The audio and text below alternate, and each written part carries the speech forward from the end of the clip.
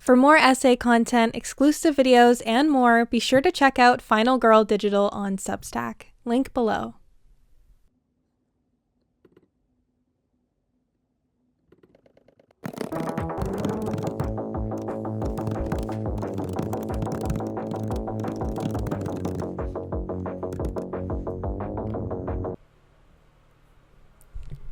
Hello and welcome back to Final Girl Digital.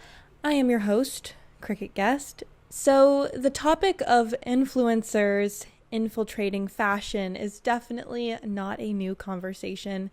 It's been talked about since the advent of social media itself, starting with fashion bloggers of the 2000s and 2010s sitting front row at Fashion Week to Emma Chamberlain gracing the cover of Vogue. TikTok chef turned it girl Gabriette has become a favorite face of editorials, and Alex Consani, one of the most well-known and talented models working today, frequently utilizes TikTok to her advantage.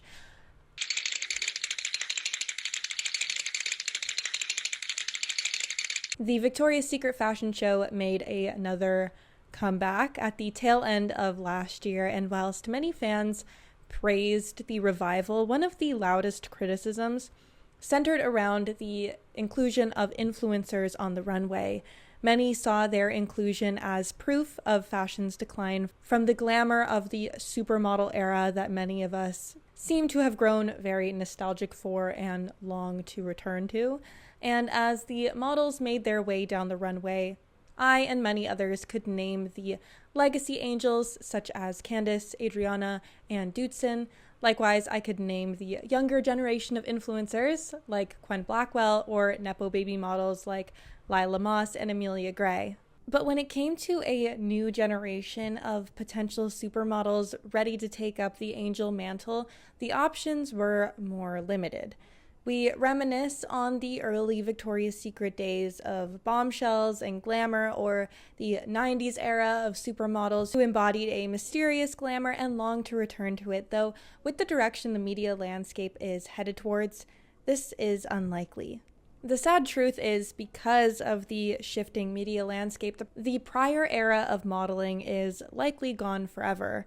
Influencers are here to stay, and in fact, they are largely the future of fashion, and here's why. Advertising has long utilized the feminine form as a vessel to sell commerce. The way in which the feminine form is utilized to sell a product is a direct reflection of the media landscape in which the products are advertised. Throughout the 20th century, our world became increasingly flooded with images and advertisements in ever-shifting media climates, and the model's relation to the advertisement shifted with the media the advertisement existed within. When the primary mode of advertisement was in print magazines, advertisements looked very different. When the TV was introduced, advertisements shifted, and so did the function of the model. Now, as the media of advertisements has shifted to social media, the mold of the female form being utilized to sell this commerce must change as well. The fashion model is both a representation and an ideal of consumer culture, existing in a unique symbiotic relationship with both the cultural values and the medium through which advertisements reach their audience. Coco Rocha said in a recent interview clip, "Models are the first influencers. Okay. Our whole purpose in life was to influence people, to make people feel something. And if it means I made you feel something to buy a product, I influenced you." And so, there's this idea that there's different categories of influencers and models and Instagram models and content creators, and we have all these words for different things. Yeah. In the end, we're all going to be one. The models will not be able to influence or be on social media if they don't learn something from the content creators. Models are muses to many, whereas content creators aren't used to that. So it's like we all learn from one another, but I know everyone has a shady kind of connotation of what that means. Well, that's very complex, and of course, it's just not one thing. Exactly. To further explain this, I would like to introduce my good friend, Walter Benjamin. In Walter Benjamin's seminal work, The Work of Art in the Age of Mechanical Reproduction, he argues that the advent of photography democratized the visual, making art accessible to a wider range of social classes. The influencer follows a strikingly similar trajectory as photography did in its introduction to the artistic ecosystem. Just as photography expanded who could see and produce images, the advent of the influencer expands on who can achieve visibility. Fame, once reserved for models, actors, or musicians, elevated by elite institutions, is now accessible to anyone who can cultivate an audience online, removing a barrier to entry in a way. Walter Benjamin has a theory of aura, which sounds funny now because that's an online word. But Walter Benjamin's theory of aura argues that photography democratized the visual, so it stripped art of its so-called aura, its sense of exclusivity and distance that was upheld by paintings. For example, looking through a book of paintings from the Louvre is a much different experience than walking through the Louvre itself.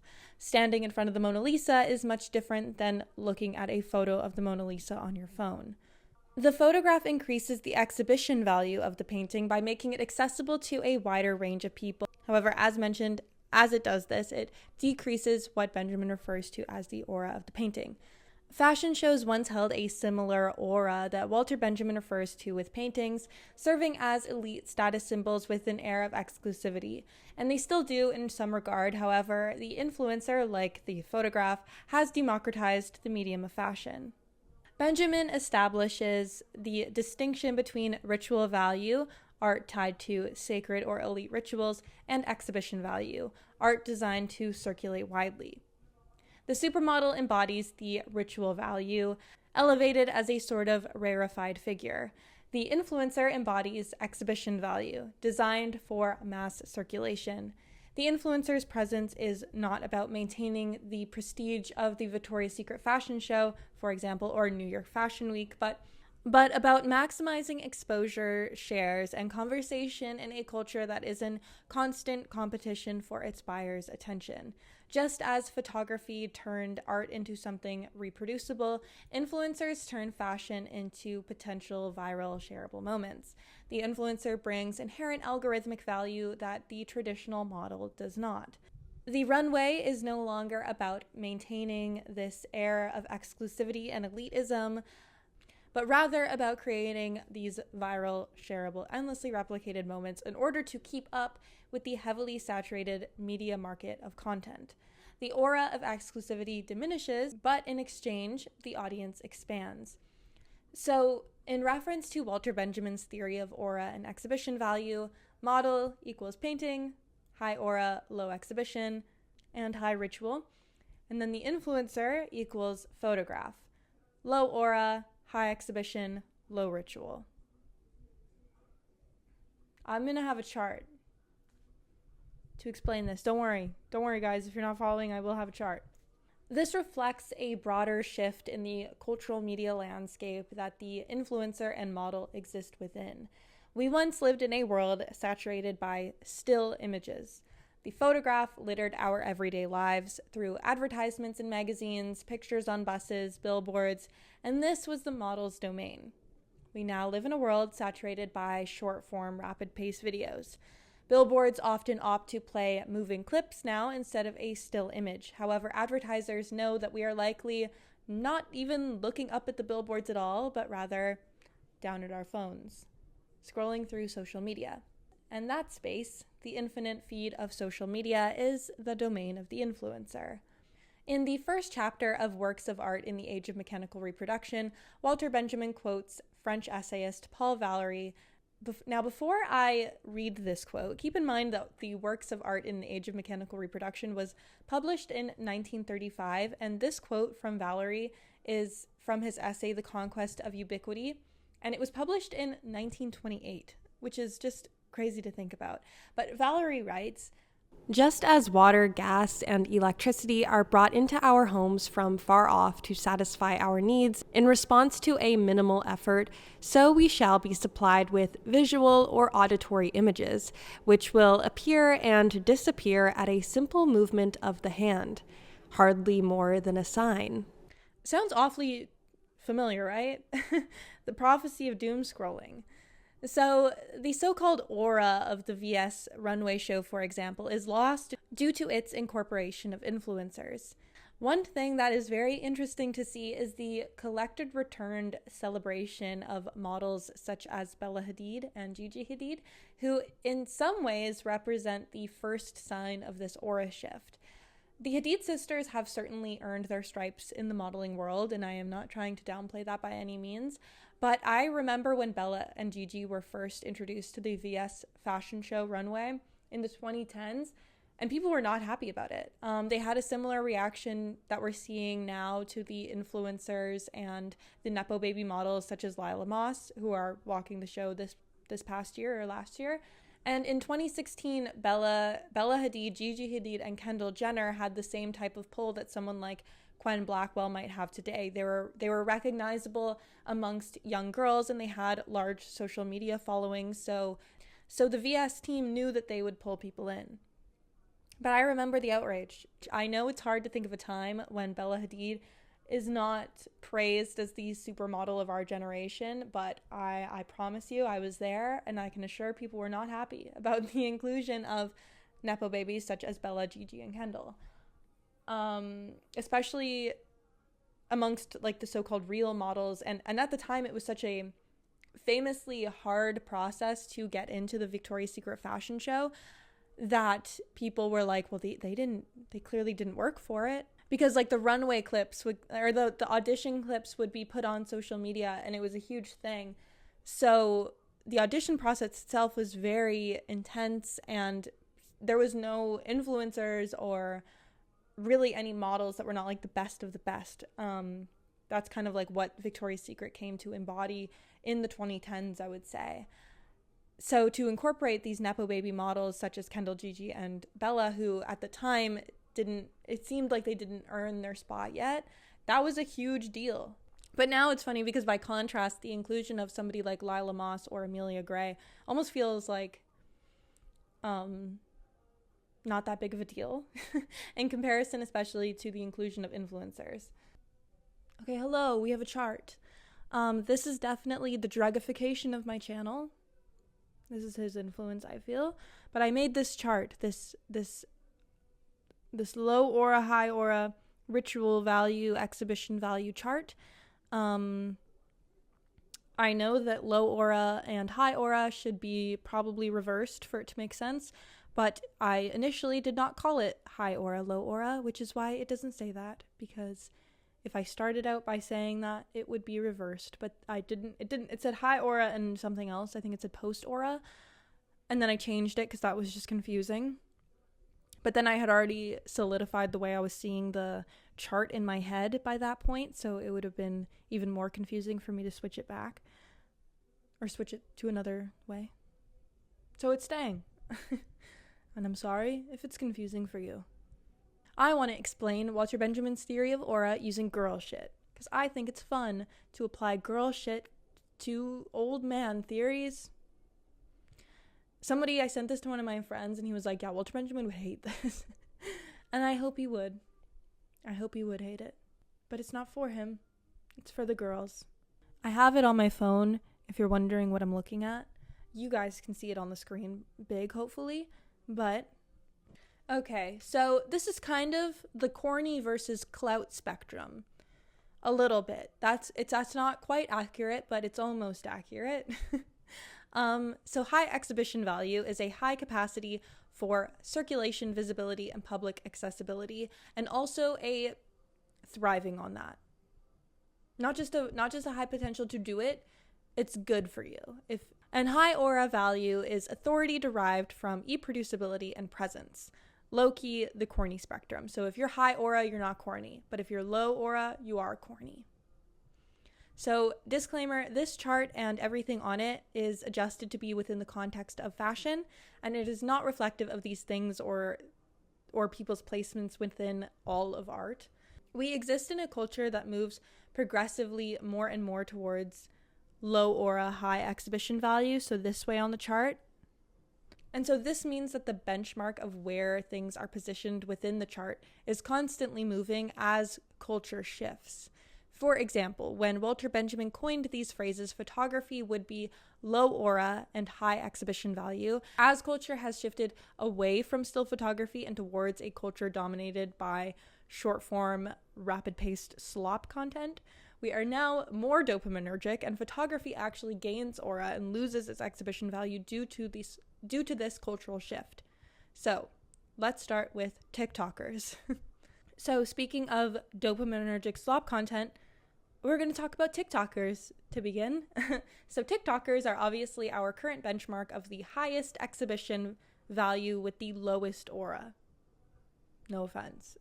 So this obviously differs slightly depending on what TikToker we're talking about, but generally speaking, TikTokers as a monolith sit here. The nature of TikTok is to be reached by as many people as possible, high exhibition, and the content is usually formulaic and often easy to replicate, so low aura. Because also aura is defined by not being able to be replicated. I forget if I said that. So next we have Alexa Chung, which may feel like a weird place to start.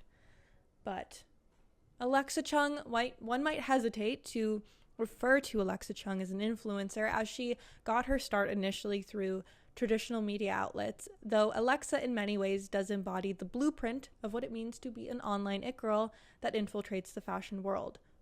And so I'm going to next bring up Emma Chamberlain as a contrast to Alexa Chung, or not even a contrast, but rather just a parallel to Alexa Chung. So Emma Chamberlain represents the next progressed stage of this after Alexa. So Emma is more influencer than Alexa, though still deeply intertwined with the world of fashion. And both Alexa and Emma represent a bridging of the tradition and the new in the fashion world at different stages of fashion's aura loss that Walter Benjamin describes. But at the same time, culture continues to move rapidly towards aura loss and increased exhibition value. So Emma at one point would have been up where the TikTokers are, because being a YouTuber used to be the TikTok highest exhibition value, low aura, but we now associate YouTube with a level of nostalgia, I think. And I'm not just saying that because I'm a YouTuber. Believe me, Mr. Beast is high exhibition, low aura. Not all YouTubers are better than TikTokers. But Emma at one point would have been where the TikTokers are now, but she has gained aura as culture has lost it. So, and she has also consciously cultivated her status as an it girl with elite institutions. And so due to the persistent cultural shift, if Emma actually just did nothing, she would over time shift downwards to the side of lower exhibition value and higher aura, though she has also curated her identity to be less appealing to the masses and more appealing to those with a refined taste, which accelerates her position away from low aura. And this is also what Alexa Chung did. You can tell when an influencer has increased their aura when people don't really question why they are at legacy events or included in legacy magazines or anything like that. So, no one's questioning why Emma Chamberlain is at the Met Gala. She just kind of belongs there. Okay, now we're jumping to the total opposite side of the chart. And we're going to talk about Anna Wintour. So Anna sits at high ritual value with a low exhibition value because Anna represents legacy magazines of an era that is fading. So this type of prestige is not easy to replicate, as the infrastructure in which Anna became such a famous magazine editor no longer exists, and it's also very hard to reach that type of prestige that Anna did. So Anna recently stepped down as the editor of Vogue, which was met with many people feeling nostalgic for the shifting of cultural tides. And so Chloe Mal replaced Anna and has been met with immediate criticism. So the type of authority and cultural influence Anna has is not easy to replicate. As mentioned, the fashion infrastructure is now different, and Vogue, though a legacy media, is not as influential as it once was, which also aids to her position as having low exhibition value and high ritual aura. Though famous, though Anna is famous and recognizable to many, does not pull the same type of attention we would see from a TikTok star, for example, and her image is more so representative of tradition and prestige, which is what high ritual represents. So next we have archival couture. What is wrong with me? Something else that is high aura, lower exhibition value is archival couture. Once again, this chart is adjusted to be about fashion. So generally, archival couture has some exhibition value, but in the context of this chart, it has low exhibition value in comparison to TikTok influencers with millions of followers. Archival couture would be interesting to less people, though the people who are interested in it have a more refined taste. These archival pieces are also high aura because it would be extremely difficult, if not impossible, to replicate most archival couture exactly. Okay, next on low aura, high exhibition value. This was really hard to find. It was really hard to find if something like that fits this. Is heavily logoed bags, specifically Louis Vuitton bags. And it's high ritual because it's traditional and making a nod to an old-fashioned house. Louis Vuitton was founded in 1854, and the print hasn't changed much or at all. The symbol itself is old, but it's low aura because it's tacky. And I'm sorry, it's tacky. To me. Despite its roots in traditionalism, it is gaudy and tacky. And this is a bag that poor people will often buy to signal that they have money and taste when they don't. But because of this, the print and that bag has become more of a symbol of I am trying to flex that I have money and taste, rather than a symbol of authentic wealth. This decreases its aura. The aura is also decreased because this bag is heavily duped and a fake version, and fake versions are easy to make and often sold. So this makes it seem like high aura is classist. And it kind of is. This theory is probably rooted in a level of classism, I'm not going to lie, but it's not an inherently classist principle. So, for example, something else that would be in the same realm as like archival couture. So I have many friends, for example, who are traditional indigenous dancers who dance at powwows, and the regalia that they wear for these dances is often handmade and intricately beaded. So this would be another thing that is high aura, high ritual, and low exhibition. So because it's rooted in tradition, and it would be extremely hard, if not impossible, to remake a piece of regalia exactly because it's hand beaded. So that's like an example of something that's not as like classist. That's high aura, high ritual. In a similar way, archival couture would be. So next on the chart, we have Addison Rae, specifically in 2020. So Addison Rae in 2020 is an example of one of these high exhibition, low aura TikTokers. She was the most followed person on the platform, I think, and her content was some of the most viewed, but her content was also extremely digestible, recreatable, leading to low aura. And then by contrast, I would like to put Addison Rae in 2025. So now Addison Rae recently has been working to establish herself within the music industry. She has done this by cultivating a more niche aesthetic. This decreases her exhibition value as she is less easily consumable and shareable to the mass audience, to mass audiences, but increases her aura as the work she is doing is more respected and hard to replicate. Next, we have Alex Consani. So Alex Consani was one of the most recognizable real models to walk the VS runway this year. And even when it comes to models who walked the VS runway that are recognizable, many of them are recognizable in part due to their social media presence.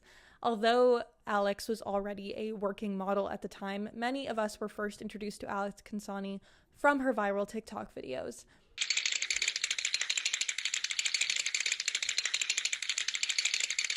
This puts her higher in aura than Emma Chamberlain, for example, because she was already solidified within the traditional infrastructure of the fashion industry before she utilized social media. Next, I have Gabriette, and so Gabriette is another example of an influencer turned model that initially gained popularity for her TikTok cooking videos. She is lower exhibition value than the others because she doesn't have the same pull and recognition as someone like Addison Rae or Emma Chamberlain because she already had sort of a niche aesthetic. And she's lower on aura because she hasn't reached that type of prestige yet. Also, her style was very copied and replicated by the likes of Amelia Gray, for example. So this kind of shows that she is indeed replicable in some regards, which puts her lower on aura. So next we have Anak Yai, and in many ways Anak acts as a last in a fading legacy, a blending of the old world of supermodel stardom and the new world of social media. Her rise to stardom occurred when her photo was taken at a festival and immediately went viral on account of her striking beauty. Though her discovery was aided by social media, she herself doesn't post that often on platforms. Certainly not to like an influencer degree. And due to that, she doesn't have the same virality as Addison Rae in 2020, but she is still recognizable. But she is higher on aura because she, like Alex, came up within the old infrastructure of modeling and will be heralded as one of the last true supermodels, to be honest. Next, we have the Met Gala. So the Met Gala is interesting because it is one of the only things on here that actually decreased its ritual value and increased its exhibition value over time. So the Met Gala was established in 1948 as a fundraiser for the Costume Institute at the Met Museum. Initially, this event would have been attended by rich old money families in Manhattan, think Gossip Girl, so it was more elitist and private. In the 70s, the event became more of a public affair with celebrities attending, and now since the 2010s, it has become one of the most watched fashion spectacles of the year. Due to its high ritualistic history and its high exhibition present, I have placed it in the middle. And this also shows how something can actually be high ritual and high exhibition at the same time, and This chart is a little flawed in the way that being high exhibition doesn't actually mean that you're low ritual, and that you can be high ritual and high exhibition at the same time. It's just that it often doesn't happen. But the Met Gala is kind of an example of something that would be pretty high on ritual value and exhibition value. But due to the nature of my chart, I can't do that. So it's in the middle. Next, we have Legacy Victoria's Secret Angels. So now I'm going to be talking about placements that are high exhibition, high aura. So Legacy Victoria's Secret Angels, such as Adriana Lima, Candice Swanepoel, Alessandra Ambrosio, and Dutes and Crows, are all high aura because they represent a bygone era of the VS glamour that could no longer be replicated with the current infrastructure as stated. So this has increased their aura over time, especially as culture largely lacks the ability to replace them. And they are still high exhibition value because they are still very famous and recognizable and nostalgic. And nostalgia for this era makes people even more drawn to them. So Adriana Lima famously retired, for example, from Victoria's Secret in 2018, which was almost certainly in part due to her age, as she was 37 when she did what was supposed to be her last walk for Victoria's Secret, though Adriana's departure coincided with the brand's prompt decline. As Victoria's Secret has struggled to build their reputation back over the last couple of years, Adriana has been re-recruited as the brand's primary face. So this is not a coincidence. There is no young model that could be hired that could immediately replicate the years of experience, charisma, talent, and recognizability that Adriana has. And this inability to be replaced or replicated increases her aura. And Victoria's Secret dedicated an entire section of this year's runway show to these legacy angels because of their exhibition value. Next, we have 90s supermodels. So a step above Victoria's Secret models in aura would be the 90s supermodels. This represents the pinnacle of modeling to many, to me. So here we're talking about Naomi Campbell, Shalom Harlow, Claudia Schiffer, Christy Turlington, Kate Moss, etc. Now, obviously, as individuals, they would have slightly differing placements. For example, of these models listed, Kate Moss would have the highest exhibition value because she is the most recognizable and most likely to drive traffic and clicks. But as a whole, these models have a slightly lower exhibition value than the VS Angels because VS Angels are likely to gain mass attention and virality today. So next we have Bella Hadid in 2016. So as mentioned, when she was initially cast in the Victoria's Secret show, she occupied a similar purpose as the influencers and Nepo babies and Nepo baby models we see today. She had followers but little credibility. Now we have Bella Hadid in 2025. So now she has skyrocketed in both exhibition value and her aura. She is one of the most respected current models, I would say, and which increases her aura. But then also she is one of the most famous people in the world. I've been watching Gossip Girl for the first time recently, so I couldn't not put a couple Gossip Girl characters on here.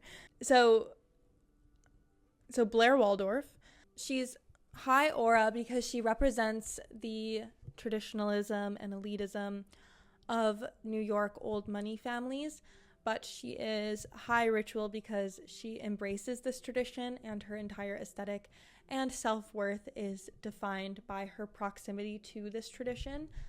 And so she's contrasted by somebody like Serena. And Serena, on the other hand, has a higher exhibition value, but a lower ritual value because she embraces these traditions a little bit less, or quite a bit less than Blair. And as we see in the series, she gets invited to events because she draws in press and attention. And that's my last person. I stopped myself there. I was tempted to put more, but that would have been a bit ridiculous. So I stopped myself. I feel like I could keep going on this chart forever with like different girl things. I think it's very fun. But I will have if this was like confusing or you wanted to like revisit the chart at all, I will have the full chart available on my Substack to look at, and with all of the notes that I've just read. So if you're interested, go to my Substack and it will be there. In On Photography, Susan Sontag writes, "A capitalist society requires a culture based on images. It needs to furnish vast amounts of entertainment in order to stimulate buying and aestheticize the injuries of class, race, and sex. It needs to gather unlimited amounts of information, the better to exploit the natural resources, increase productivity, keep order, make war, and give jobs to bureaucrats. The camera's twin capacities to subjectivize reality and to objectify it ideally serve these needs and strengthen them. Cameras define reality in the two ways essential to the working of an advanced industrial society, as a spectacle for masses and as an object of surveillance for rulers. The production of images also furnishes a ruling ideology. Social change is replaced by a change in images." The camera, she argued, does not just capture reality, it manufactures it, as both spectacle for the masses and surveillance for those in power. In this way, images themselves become ideology, replacing real social change with a constant churn of new visuals. The influencer ecosystem both represents capitalist culture's accelerated dependence on the influx of images, as well as its need to gather unlimited amounts of information. As the barrier of entry for stardom dissolved through posting, one's content feeds capitalism's hunger for endless images while also supplying a steady stream of data. TikToks serve not only as entertainment, but also information about audiences, their habits, their desires. By documenting themselves, influencers both distract the masses and provide the raw material of surveillance capitalism. Funny enough, the existence and rise of the supermodel coincided with the rise of photography. Prior to widespread photography, ads for clothing utilized illustrations and paintings. When photography was first utilized as an artistic medium, critics were wary of it, referring to the photograph as vulgar and not real art, which is funny to think about now, but the similar attitude towards the influencer's inclusion within fashion kind of resembles this. Now, I'm not saying I'm in love with influencers in fashion, but the inclusion of the influencer reflects a structural shift in how fashion is consumed. Whether people like it or not, the logic of digital reproducibility, exhibition over aura, within consumer capital culture means this pattern will probably continue, for better or for worse. As culture has moved away from both physical media and traditional media outlets such as television, radio, our attention and time is now dominated by the internet, social media, and the personalities of these domains. Legacy media outlets no longer have the viewership pull they once did, One can't rely on the notoriety of a legacy fashion magazine or a television network to attract consumers anymore, which creates a loss of the platforms in which traditional models would be hosted in advertisements. Instead, our attention has shifted to individual people, influencers. Walter Benjamin writes, "For centuries, a small number of writers were confronted by many thousands of readers. This changed towards the end of the last century, with the increasing extension of the press, which kept placing new political, religious, scientific, professional, and local organs before the readers. An increasing number of readers became writers.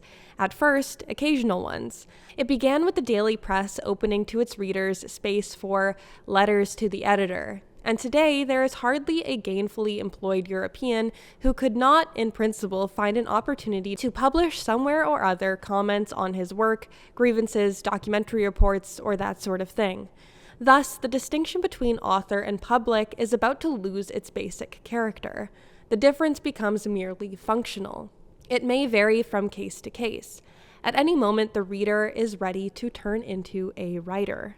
What Walter Benjamin expresses here specifically is true now for the abstract concept of fame. Anyone can be famous.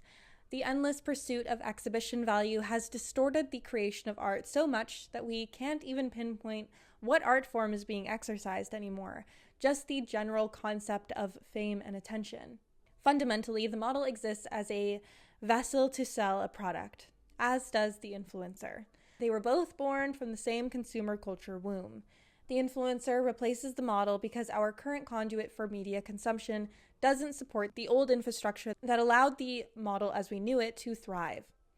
As our lives become increasingly intertwined with the digital realm, the distinction between the traditional celebrity and the influencer will become more and more fragmented until it disappears entirely.